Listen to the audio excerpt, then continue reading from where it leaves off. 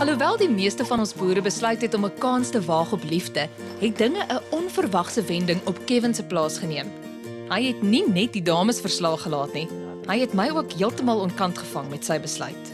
I just feel at this point in time, it's like a friendship which has been pushed too far too soon kind of thing. That's, where I'm sitting emotionally at this point. So my decision today is that I'm not going to choose either.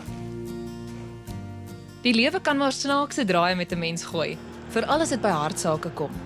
Die storie op Kevin se plaas is nou wel 'n kort verhaal, maar daar is 4 boere en 4 dames oor. Vir hulle lê daar 'n wêreld van opwinding en hoop in die toekoms. En miskien 'n paar lekker stories wat hulle eendag met hulle kinders en kleinkinders kan deel.